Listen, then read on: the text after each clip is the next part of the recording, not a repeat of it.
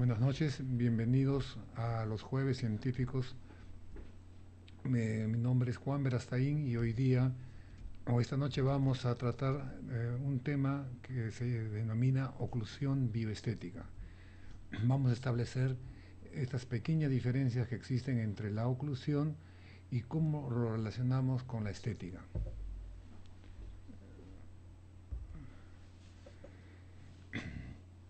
Es importante recalcar que es realmente imposible realizar un correcto tratamiento en cualquiera de las especialidades odontológicas, ya sea rehabilitación oral, reconstrucción oclusal, periodoncia o ortodoncia, sin tener un conocimiento profundo de las relaciones de los dientes entre sí, es decir, entre el maxilar superior y el inferior, y con las diferentes componentes del sistema estomatognático, especialmente la neuromusculatura y la ATM. En realidad, cuando tratamos nosotros a los dientes, si bien trabajamos directamente en los dientes, indirectamente trabajamos en todo el sistema, en los músculos, en las articulaciones, en el periodonto.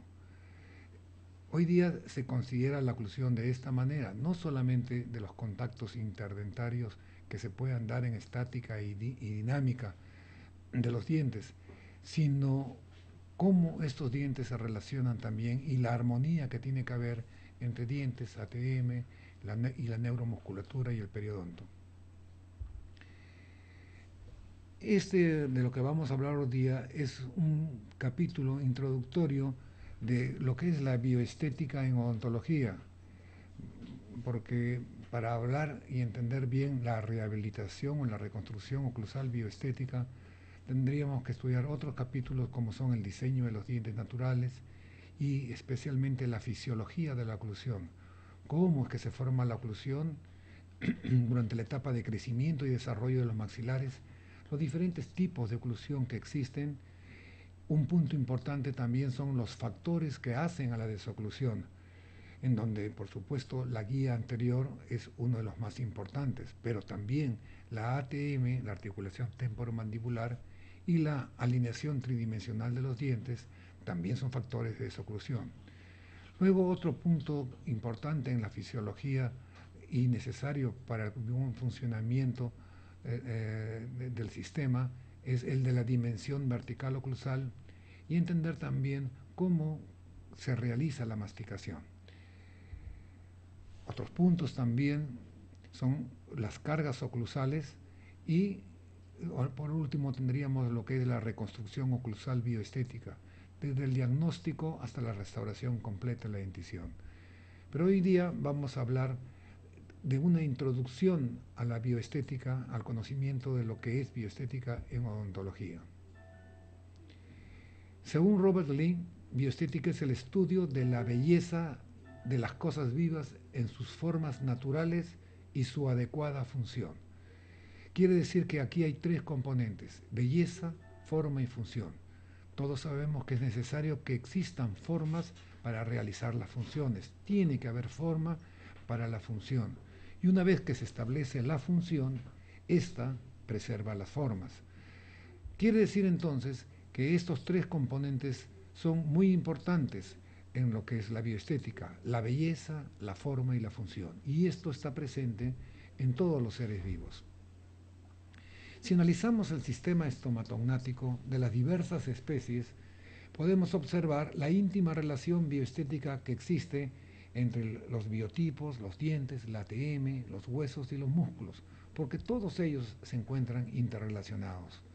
Así podemos ver, por ejemplo, que en los carnívoros como en los roedores existen armonías en todos los componentes del sistema masticatorio de ellos. En los roedores, por ejemplo, el alimento son los cereales. El roedor pela los cereales, pero el alimento se encuentra fijo, lo cual hace que tengan que recorrer distancias cortas. Esto hace de que la línea corporal no sea aerodinámica, porque estos van a desarrollar pocas velocidades. Los dientes predominantes en los roedores es del grupo incisivo, porque ellos hacen movimientos antero-posteriores para pelar los cereales. Y incisivos tienen un crecimiento continuo, a diferencia del ser humano. La ATM está preparada para este movimiento y para esta función. Por lo tanto, las ATM realizan movimientos anteros posteriores. Y los músculos, por supuesto, sería con predominio del músculo pterigodeo externo, que es el músculo responsable de estos movimientos. Quiere decir, pues, de que en los roedores no solamente existe una armonía morfofuncional en el cuerpo del roedor, sino también en su sistema estomatognático. En los carnívoros ocurre también algo parecido. El alimento, es decir, que hay unas relaciones armónicas entre la forma y la función. El alimento son las carnes, pero estas se encuentran en movimiento, por lo tanto necesitan recorrer grandes distancias. Esto hace que la línea corporal del cuerpo sea aerodinámica, porque tienen que desarrollar mucha velocidad. El diente predominante es del grupo incisivo y estos tienen una gran curvatura radicular. La ATM entonces está programada para este tipo de movimiento, que es de apertura y cierre, porque los carnívoros ejecutan su masticación con movimientos básicamente verticales, de apertura y cierre. Y el músculo predominante es un músculo de cierre, que es el músculo temporal. Quiere decir que en todas las especies existe esta armonía morfofuncional de forma y función, este binomio, no solamente en el cuerpo, sino también en el sistema estomatognático. Igual ocurre en el ser humano, porque este también presenta relaciones armónicas bioestéticas en todo su cuerpo y por supuesto también el sistema estomatognático. Entonces lo que tenemos que estudiar es la belleza que existe y su relación con el binomio forma y función. El ser humano en su sistema masticatorio presenta características combinadas de carnívoros, herbívoros y roedores, debido a que su dieta es mixta. Es por esto que la articulación temporomandibular y la neuromusculatura, los mismos dientes, están preparados para este tipo de masticación. Y en el ser humano esta función es muy compleja, es necesario un movimiento muy coordinado de todos los músculos de cabeza y cuello para mover adecuadamente la mandíbula. Esto hace de que el sistema, que es muy complejo, y a pesar de esta complejidad, puede permanecer sano durante muchos años, y a veces durante toda la vida del individuo. Pero cuando comienzan a haber alteraciones, estas alteraciones pueden llevar hasta situaciones muy problemáticas. Si nosotros vamos a estudiar la bioestética en rehabilitación oclusal, pues, vamos a entender que esto tiene que integrar la belleza natural de los dientes con la sonrisa y la cara de los pacientes. Y esto a su vez tiene que estar integrado con el binomio forma y función óptimas. Quiere decir que aquí de nuevo están esto de belleza y forma y función. Y todo esto, si tiene que estar integrado, implica que no puede haber una sin la otra. Tienen que estar todas estas características. Esto está basado en un modelo dentognático humano, de Human Dentognatic Model, que esto surgió de estudios comparativos con denticiones perfectas, naturales, que lo estudió el doctor Robert Lee. Robert Lee fue un odontólogo que ya falleció, y él fue el que realmente le enseñó a Ronald Roth, que es un ortodoncista, todos los principios de una oclusión orgánica y de estos principios bioestéticos, que es lo que se viene aplicando en Estados Unidos, y ahora se han creado escuelas en todo el mundo de la ortodoncia aplicando los principios de Robert Lee. Si nosotros observamos estas denticiones perfectas o casi perfectas, porque la perfección no existe, en bocas que están muy bien alineadas y que son muy estéticas, por lo general estas bocas cumplen adecuadamente sus funciones. Y hay ciertas características que se encuentran en estas bocas. Una de ellas es que si lo vemos en el plano frontal, como en este caso, vamos a ver los dientes anteriores, de canino a canino, superiores e inferiores. Y se puede apreciar en estos dientes anterosuperiores cómo los centrales y los caninos están en una línea recta. Sin embargo, los laterales siempre se encuentran ligeramente más cortos. En el sector posterior también podemos apreciar los corredores bucales, que cuando esto es correcto está bien alineado. Esta correcta alineación tridimensional, tanto en el superior e inferior, es signo de buenas denticiones. ¿Qué cosa es alineación tridimensional? Alineación tridimensional no es otra cosa que la más correcta posición de los dientes en los tres planos del espacio para absorber las fuerzas que generan los diferentes grupos musculares, tanto en el cierre como en los movimientos excéntricos. Quiere decir que este es un modelo de una boca muy bien, bien hecha, y aquí se encuentran todos los mecanismos de protección que tienen esta boca para que se ejecute adecuadamente la fisiología, la masticación, la deglución, pero que además tendrán muchos mecanismos de protección para la parafunción. Estos mecanismos de protección para la parafunción están dados mayormente por los dientes anteriores. Cuando hay una guía anterior correcta, esta guía anterior es muy estética, como en este caso, y además, por ser adecuadamente estética, también va a cumplir sus funciones. Cuando el paciente está en parafunción y ejecuta movimientos sin alimento entre ellos, es conveniente de que al hacer los movimientos laterales, los caninos que están diseñados para hacer las oclusiones estén correctamente ubicados. Esta alineación tridimensional de los caninos es también muy importante. Si nosotros vemos en el plano frontal, vamos a ver siempre de que nunca se ve la vertiente distal del canino, solamente la vertiente mesial. Esta correcta alineación y también que la inclinación de este canino es casi vertical, en un promedio de más o menos 65 a 70 grados, a diferencia de los centrales y laterales, que como vamos a ver en el plano sagital están en una angulación de 40 a 45. Todo esto es para que en los movimientos excéntricos, los dientes anteriores, la guía anterior, cuando es muy estética y funcional, produce lo deseable, que es la desoclusión de las piezas posteriores. Tanto en el lado de trabajo, que es el lado a donde se mueve la mandíbula, llamada también lado de laterotrusión, y también se separan las piezas del lado de no trabajo, que también se le denomina lado de medio otrusión, porque se acerca a la línea media. Por lo tanto, los dientes anteriores separan a los posteriores en los movimientos excéntricos, produciendo que de esta manera la protección de estos dientes posteriores y también la protección de las articulaciones, puesto que se genera una palanca ineficaz de clase 3, donde el punto de apoyo es la articulación, los músculos están al medio y el canino que está adelante es la resistencia. Entonces produce una palanca ineficaz de clase 3. Decimos ineficaz porque de las tres tipos de palanca, la interapoyante, la interresistente y la interpotente, esta palanca es la menos eficaz. Y al ser menos eficaz la palanca protege mucho mejor a los dientes.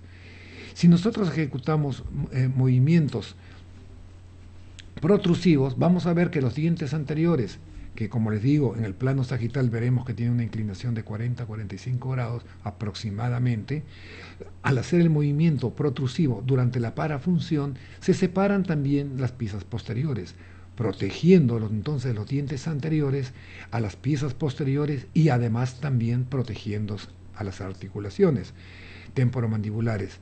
Quiere decir entonces que los dientes se protegen entre sí y también protegen a las articulaciones.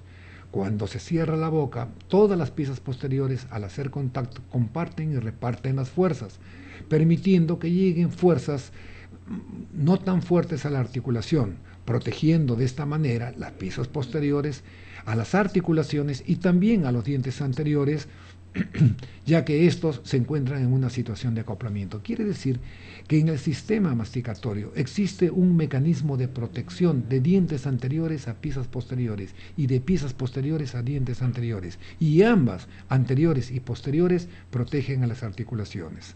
Por lo tanto, durante la parafunción, que es cuando se producen estos movimientos con la boca vacía, sin alimento y contacto dentario, la guía anterior es uno de los mecanismos más importantes para la protección del sistema.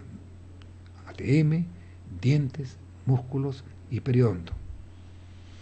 Este modelo que acabamos de ver permitió al doctor Robert Lee un cambio en los tratamientos al ver los resultados positivos en sus pacientes cuando se aplicaban los principios bioestéticos que ya estamos viendo y que después vamos a ver con mayor detalle.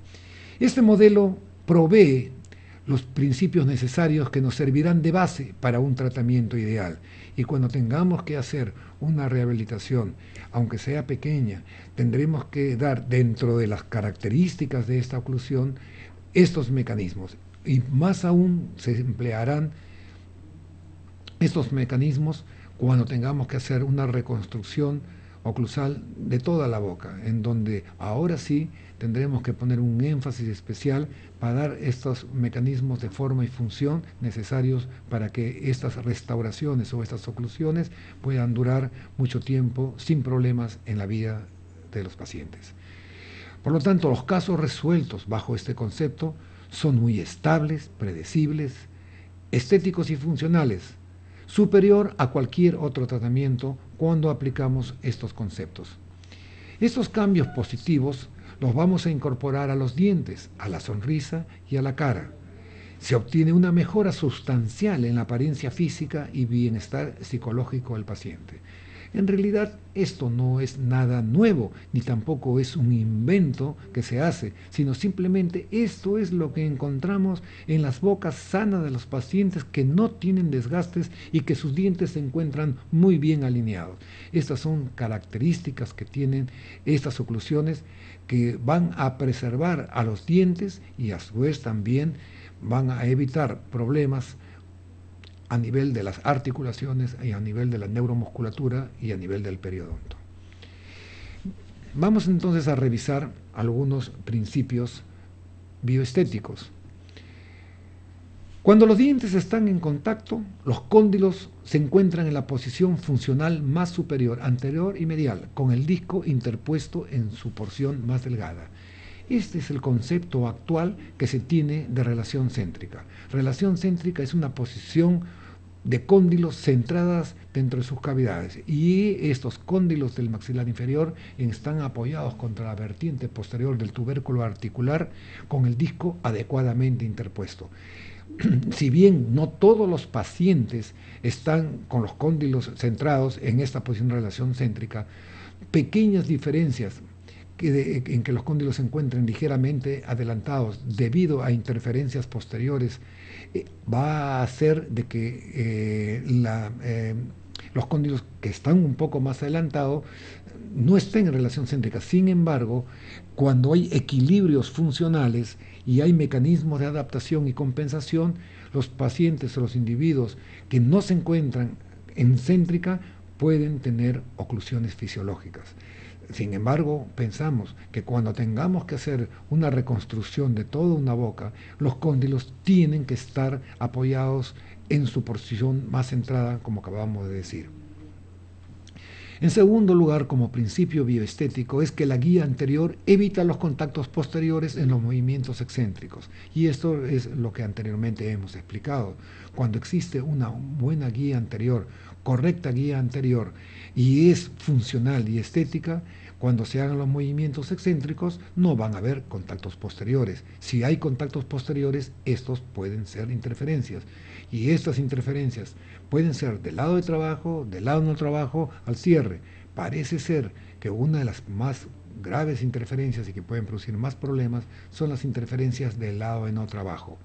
También Roth habla de una interferencia en el cierre que va a establecer un fulcrum en la boca, y generalmente estas interferencias están entre las segundas y terceras molares. En los incisivos, En esas bocas sanas, con que tienen todo lo que es de estético y funcional, el entrecruzamiento es entre 3 y 5 milímetros y el resalte entre 2 y 3 milímetros. Aquí estamos viendo dientes sanos, no desgastados, en donde el tamaño de los dientes anteriores superiores es de 12 milímetros y el tamaño de los dientes inferiores es de 10 milímetros. Estos son medidas promedios, pero generalmente vemos en la boca dientes que están muy desgastados y en vez de tener, por ejemplo, superiores 12 milímetros, tienen 8 o 10 milímetros. Y los inferiores a veces se desgastan tanto que están en 3 o 4 milímetros. Pero cuando los dientes tienen sus tamaños normales, sus tamaños naturales, en que lo cual va a dar mucha estética al paciente, cuando la boca se cierra, van a hacer entrecruzamientos verticales y horizontales, que nosotros le llamamos entrecruzamientos y resaltes. Muchos le llaman sobremordidas verticales y sobremordidas horizontales. Y en inglés, overjet y overbite. Lo importante es que cuando los dientes no están desgastados y hay estas buenas sobremordidas, los promedios en la sobremordida vertical o entrecruzamiento es de 4 milímetros y la sobremordida horizontal en estos dientes anteriores es de 2 milímetros. Ya vamos a ver más adelante que los caninos que no se encuentran con estas inclinaciones, sino son más verticales, la sobremordida horizontal, en vez de ser de 2 milímetros, a veces es de 1 milímetro o 0.75 y a veces menor. Y esto es debido a que estos dientes se encuentran más verticalizados. Y se encuentran más verticalizados porque están a la altura de la comisura, que es el sitio de convergencia de muchos músculos, cuya resultante es hacia adentro. Y esta correcta posición de estos caninos, como vamos a ver más adelante, es un mecanismo muy importante para producir correctas desoclusiones. Pero aquí, en este dibujo, vemos a los dientes anteriores con sus sobremordidas y en los movimientos protrusivos, ahora esta inclinación de estos dientes con 45 grados y con una altura funcional de 4 milímetros va a producir la desoclusión de las piezas posteriores, que generalmente se van a tener que separar más o menos 2 milímetros. Y aquí vemos el entrecruzamiento en los caninos, que como decía, es de 4 a 6 milímetros. ¿Y por qué es mayor que los centrales? Porque los caninos son dientes más largos. Y el resalte es mucho menor, no es 2 o 3 milímetros, es de 0.3 a 0.75. Y como dije, algunos, como Alonso, habla de más o menos 1 milímetro. Y la inclinación canina es de 65 a 70 grados, sin embargo la de los dientes anteriores es de 40 a 45. Todo esto está perfectamente programado por la naturaleza para dar una alta estética y también producir la desoclusión de las piezas posteriores con estas diferentes desoclusiones. La distancia del límite amelocementario entre los incisivos centrales al ocluir es de 16.5 milímetros a 2 milímetros y a 20 milímetros, y la distancia del límite amelocementario entre los segundos molares al ocluir es de 10.5 a 14. Quiere decir que esta distancia es menor, y esto es debido a que los dientes anteriores son más largos y más grandes que las piezas posteriores. Las piezas posteriores son más cortas, y este es un problema cuando nosotros tenemos que hacer rehabilitación, porque cuando preparamos una pieza posterior y le damos el espacio adecuado para poder hacer en las restauraciones, en las coronas, en los onlays, una morfología coronaria adecuada, tenemos que reducir y dar un espacio de más o menos 2 milímetros o 2 milímetros y medio. Robert Lee habla hasta de 3 milímetros. Eso hace a que estos dientes queden muy cortos. Y entonces el paralelismo de las paredes en las preparaciones, en las piezas posteriores, ayuda a que estas piezas puedan tener la retención adecuada. Otra cosa más que se puede hacer es crear cajas en piezas posteriores cuando estas piezas son muy cortas. Hoy día hay una solución también a esto, que es la cementación adhesiva. Cuando esto se hace cementación adhesiva, ahora sí ya no tiene tanta importancia que estas piezas sean más cortas, puesto que la adhesión va a unir a los dientes con las restauraciones en forma adhesiva.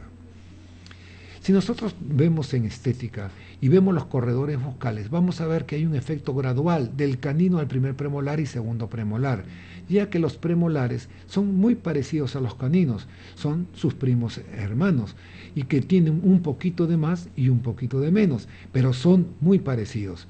Y estos caninos, que son unas piezas muy importantes, cuando estas piezas se van haciendo más posteriores, van disminuyendo de tamaño, pero tienen que estar siempre correctamente alineadas. La morfología fue prevista genéticamente y en condiciones óptimas. Cuando las piezas erupcionan en la boca, erupcionan con sus formas definitivas. Las formas vienen predeterminadas genéticamente y, como digo, en condiciones óptimas. Es por esto que cuando hacemos reconstrucción oclusal, rehabilitación, tenemos que imitar a la naturaleza y dar las mismas formas que tienen las piezas posteriores. En las tablas oclusales, en las corticales oclusales de las piezas posteriores, se encuentran lo que se llama los elementos de la oclusión, que son punta de cúspide, rebordes marginales, rebordes triangulares como elevaciones y surcos y fosas como depresiones. Y toda esta morfología oclusal, que es muy hermosa, es a su vez muy funcional y tenemos que tratar de reproducirla en nuestras restauraciones. Cada diente tiene su propia forma que cumple una función específica, porque hay relación de forma y función en el sistema y se encuentra en armonía con el resto de las piezas dentarias. Pero no solamente con el resto de las piezas dentarias, se tienen que encontrar en armonía, como dije en un comienzo, también con el resto de los componentes del sistema, especialmente del sistema neuromuscular, de los músculos, y con las articulaciones temporomandibulares. Y cuando la morfología es correcta, cuando el individuo cierra la boca a través de los puntos de contacto interoclusales que se van a dar en las vertientes de estos rebordes marginales y triangulares, transmitirán la axialidad y la estabilidad de los piezas, que es uno de los principios fundamentales en la oclusión, porque existen dos principios fundamentales cuando tenemos que hacer rehabilitación. Son los principios de axialidad y estabilidad de los dientes en el cierre, y que esto se da gracias a la perfecta morfología oclusal que tienen estos dientes, y luego vendrán los principios de la desoclusión cuando aparezcan los caninos.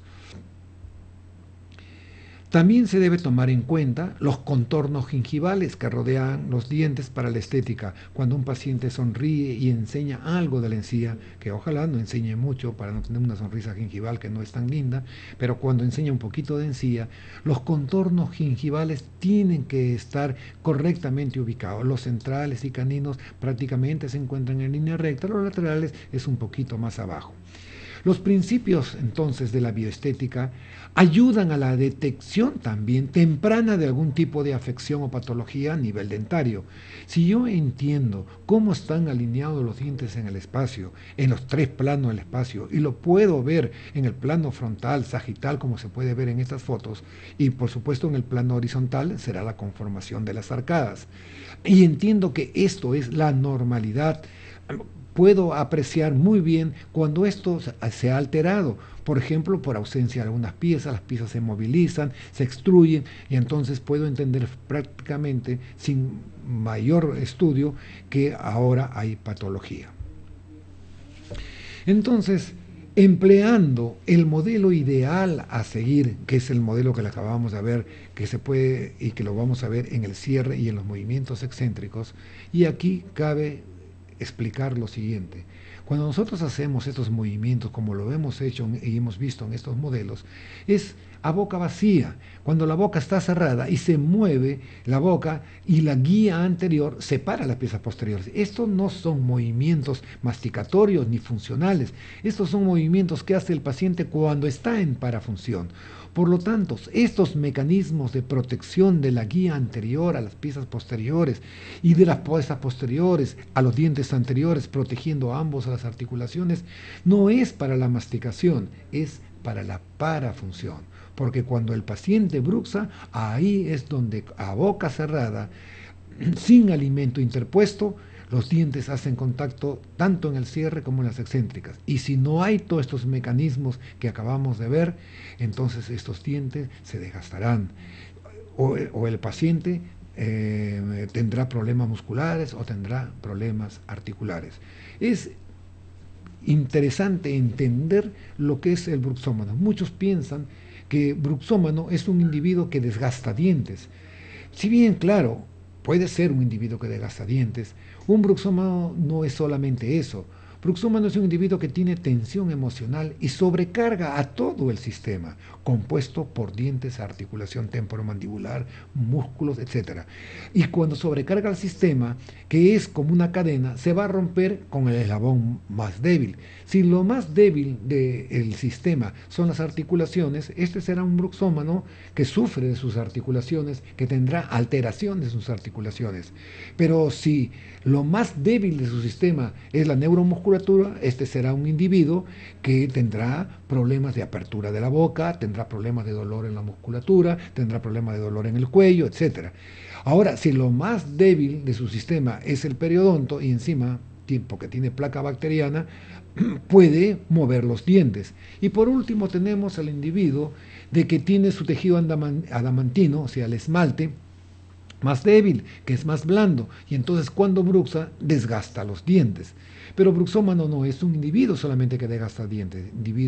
El bruxómano es un individuo que tiene tensión emocional y sobrecarga cualquier parte del sistema y se puede alterar una de ellas o en combinación dos o hasta tres. Por lo tanto, hay que tener mucho cuidado en entender lo que es el bruxómano. Entonces, empleando este modelo ideal a seguir, como acabamos de ver, podemos observar las etapas más tempranas de patología del sistema dentario en los pacientes. Acuérdense una cosa, los signos aparecen mucho antes que los síntomas. Los pacientes llegan al consultorio y a veces vienen con la dentadura bastante desgastadas o alteradas. Y el paciente no tiene sintomatología dolorosa, pero nosotros podemos apreciar los signos y explicarle al paciente que ya está teniendo problemas y que hay que encontrar las soluciones. Y empleando también este modelo a seguir, podemos entonces diagnosticar y cuantificar cualquier alejamiento de los principios bioestéticos. Cuando más alterada esté la boca, más alejada estará de estos conceptos, de estos principios bioestéticos que acabamos de explicar. Y además, también empleando este modelo, podemos incorporar los principios al tratamiento del sistema dentario deficiente. Además, la necesidad de cualquier tipo de especialidad necesaria, como ortodoncia, periodoncia, cirugía ortognática, que sea necesario. Porque hay que recordar que no todos los casos se pueden resolver con rehabilitación. Muchos casos necesitan solamente ortodoncia, otros van a necesitar además periodoncia y algún otro a lo mejor, cuando la ortodoncia no por sí sola no es suficiente, cirugía ortognática. Y otros necesitarán cirugía ortognática, ortodoncia y además a veces periodoncia y reconstrucción oclusal. La única forma de poder diagnosticar es entendiendo cómo son estas bocas naturales, sanas, que reúnen estos conceptos bioestéticos. Ante la alteración de algún aspecto de la armonía bioestética, hay que buscar devolver estos factores perdidos. Sabemos que algunos factores como la mordida abierta pueden ser desencadenantes para romper el equilibrio de la bioestética. Los beneficios del tratamiento bioestético van desde tratamientos preventivos hasta rehabilitaciones orales más extrema y es aplicable a cualquier edad y cualquier condición. Cuando hablamos de tratamientos preventivos, no estamos refiriéndonos a aquellas bocas que son fisiológicas y que están sanas, que nosotros no tenemos que hacer nada en la boca si es que no lo necesita, salvo que tenga problemas, como pueden ser problemas estéticos o problemas funcionales. El objetivo es ayudar a que la belleza del sistema masticatorio dure toda la vida. Y si esto está relacionado con el binomio forma y función, le vamos a poder dar a nuestros tratamientos la belleza necesaria. Esta ontología bioestética es una rama muy exacta de la ontología que requiere realizar estudios especiales en el Instituto de Bioestética de los Estados Unidos, con una duración aproximadamente de 4 años para ser así evaluados por la Fundación. Es toda una especialidad que se sigue y esto no es solamente para los que hacen rehabilitación. Esto es para los que hacen periodoncia, para aquellos que hacen ortodoncia, cirugía ortognática, porque los principios de oclusión se aplican a todas las especialidades, como dijimos en un comienzo. Entonces ahora nos podríamos preguntar, entendiendo lo que es bioestética, ¿qué es oclusión? Nosotros podemos definir la oclusión de la siguiente manera. Es la interacción morfológica y funcional, porque es de forma y función, coordinada de las relaciones de contacto dentarias estáticas y dinámicas con respecto al resto del sistema estomatognático. ¿Y cuál es el resto del sistema estomatognático? El periodonto, el sistema neuromuscular, la unidad cráneo-cérvico-mandibular y la articulación temporomandibular. Es decir, hay una armonía entre las relaciones interoclusales de los dientes y los demás componentes del sistema. Y esta es una relación armónica muy importante y que tiene que ver, porque es una coordinación perfecta, morfológica y funcional. Es necesario que sea de los dos. Estos componentes fisiológicos, todos los que acabamos de hablar, funcionan en forma integrada y dinámica durante la vida del individuo. Durante el crecimiento, el estímulo de la función induce la diferenciación y el modelado de los tejidos para formar estas correctas oclusiones. Y en el tejido ya maduro, el estímulo de la función induce a su remodelación, permitiendo así la adaptación. Y todos nosotros sabemos que todos los tejidos del sistema estomatognático y también todos los tejidos del cuerpo de cualquier órgano tienen capacidad de adaptación. El diente, cuando recibe fuerzas o recibe caries, la pulpa se retrae. El periodonto, cuando recibe fuerzas excesivas, se fortalece y se ve un periodonto más engrosado. El hueso se pone más compacto. Y la ATM, que antes se pensaba que tenía una capacidad de adaptación pequeña, hoy día que sabemos que la articulación que está rodeada de un tejido mesenquimatoso indiferenciado, puede tener capacidad de adaptación durante toda la vida del individuo. Y esto es muy importante entender. Entonces, para adaptarse a los cambios funcionales, se tienen que producir modificaciones compensatorias en los tejidos que evitarán las alteraciones de los mismos. Esto significa, pues, de que el sistema estomatognático es un sistema muy complejo, formado por dientes, articulación temporomandibular, sistema neuromuscular y ATM. Cuando todos estos componentes funcionan armónicamente, hay salud biológica. Pero cuando surgen alteraciones en la conformación, en la estructura o en la función de cualquiera de estas partes interrelacionadas, se tienen que producir alteraciones en otras partes para dar lugar a estos mecanismos de compensación de los cuales estamos hablando. Pero cuando debido a demandas funcionales excesivas, traumatismos, patologías, pérdida de capacidad de adaptación, este equilibrio se pierde, pueden producirse alteraciones tisulares que se manifestarán a través de signos y síntomas de desórdenes temporomandibulares, porque han excedido la capacidad de adaptación. Es decir, ahora vendrán desórdenes temporomandibulares, y ya es bueno entender que estos desórdenes temporomandibulares están relacionados a la oclusión, pero no únicamente a la oclusión.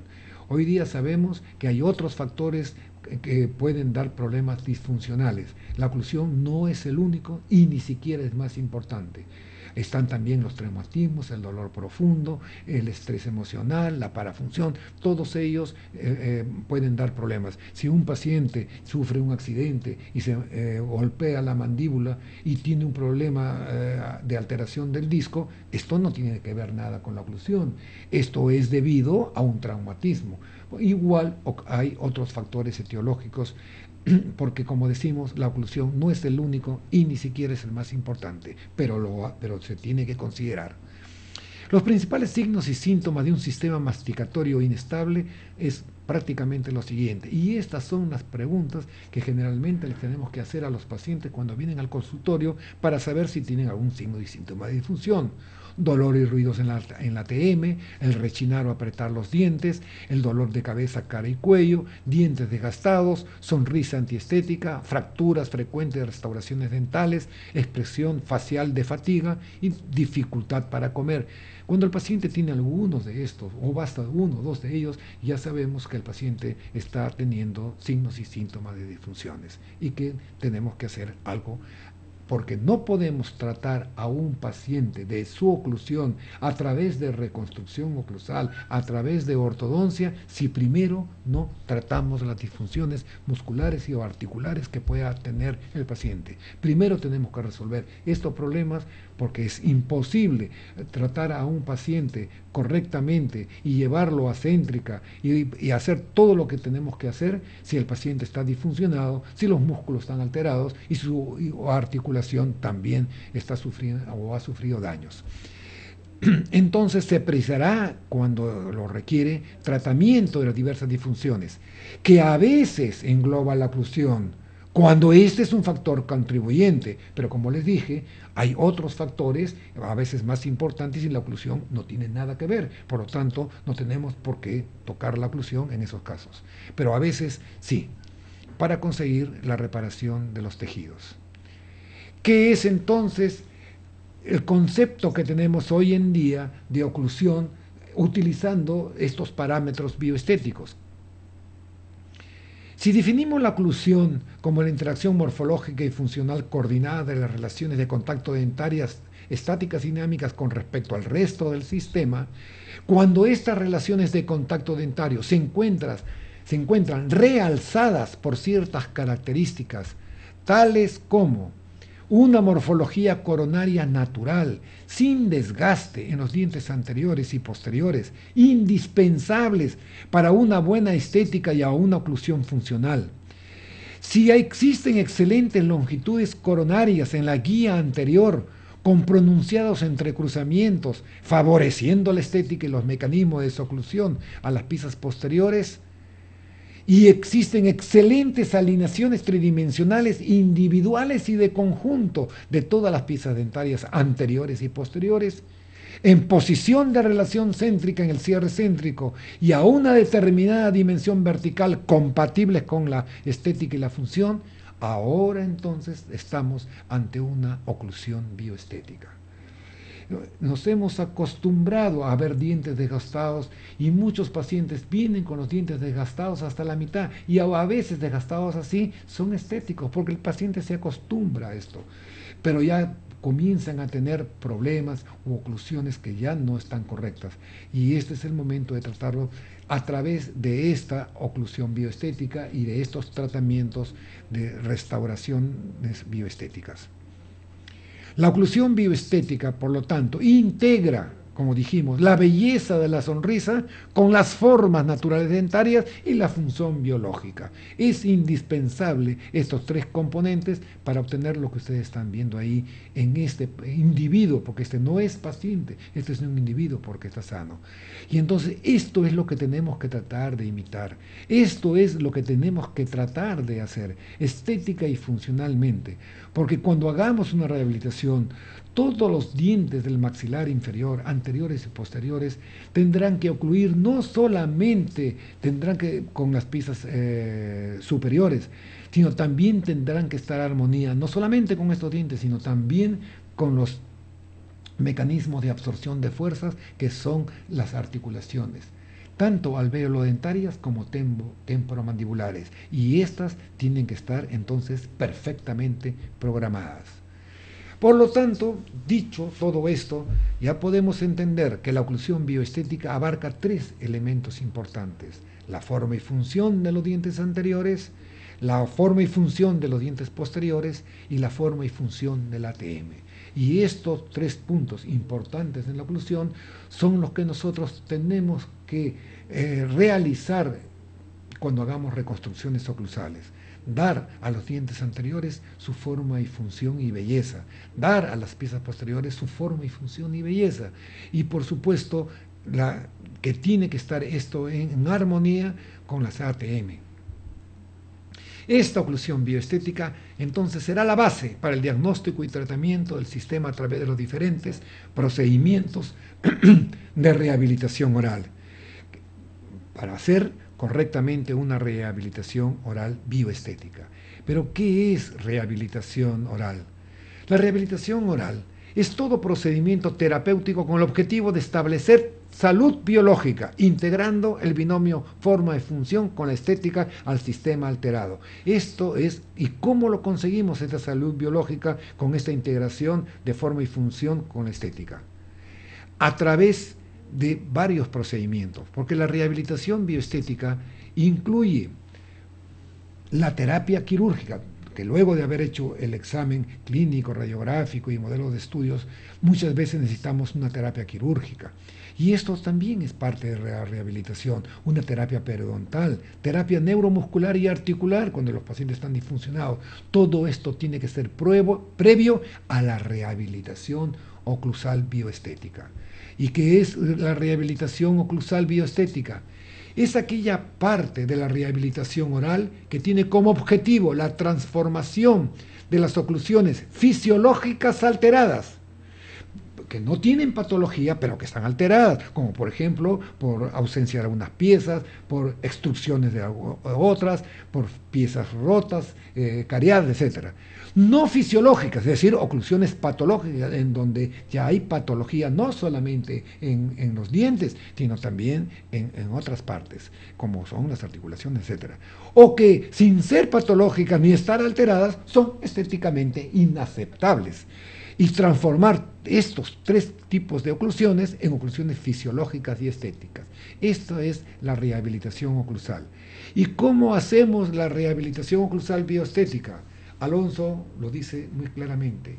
Todos los tratamientos de la boca para hacer rehabilitaciones es a través de tres mecanismos. O se hace por corrección, se hace por adición o se hace por sustracción. Por corrección es la ortodoncia y la cirugía ortognática. Por adición es la reconstrucción oclusal, que es lo que hacemos nosotros y que generalmente le llamamos rehabilitación oral. Pero es una parte de la rehabilitación oral y es una parte de la rehabilitación oclusal. O lo podemos hacer por sustracción, y la sustracción es el ajuste oclusal por desgaste selectivo. Es interesante que cualquiera de ellas que se haga, se tienen que hacer alineando los dientes, porque alineación tridimensional resuelve todos los problemas. ¿Y qué es alineación tridimensional? Alineación tridimensional es la mejor posición de los dientes en los tres planos del espacio para absorber adecuadamente las fuerzas que generan los diferentes grupos musculares, cercanos a ellos como puede ser labios y lengua para el sector anterior, o a distancia como puede ser macetero, temporal, pterigoideo interno para las piezas posteriores. Es decir, mi tratamiento consiste en hacer una correcta alineación tridimensional. Si yo hago una guía anterior con dientes con las formas adecuadas, con los tamaños adecuados, con los colores adecuados, y estos están bien alineados, tendré el máximo de estética en esta guía anterior. Y esta será estética y funcional. Y luego cuando haga las piezas posteriores y todos estén correctamente alineados en esta alineación tridimensional correcta que Majorri le llamó el espiral dinámico de la oclusión, entonces cuando hagamos todo esto será sumamente estético y a la vez funcional. Muy bien, esto es lo que quería traerles por ahora como una introducción a lo que hoy día tenemos como conceptos de reconstrucción oclusal bioestética y oclusión funcional.